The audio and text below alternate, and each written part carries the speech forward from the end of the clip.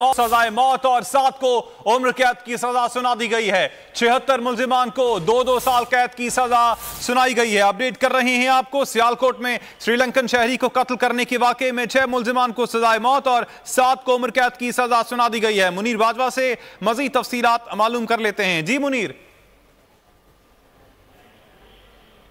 मुनीर से एक बार फिर से राब्ता करने की कोशिश करेंगे। सियालकोट में श्रीलंकन शहरी को कत्ल करने के वाकये में 6 मुल्जिमान को सजाए मौत और 7 को उम्र कैद की सजा सुना दी गई है। 76 मुल्जिमान को 2-2 साल कैद की सजा सुनाई गई है। मुनीर बाजवा से मजीद तफसीलात मालूम कर लेते हैं। मुनीर, इस हवाले से आपके पास क्या तफसीलात हैं?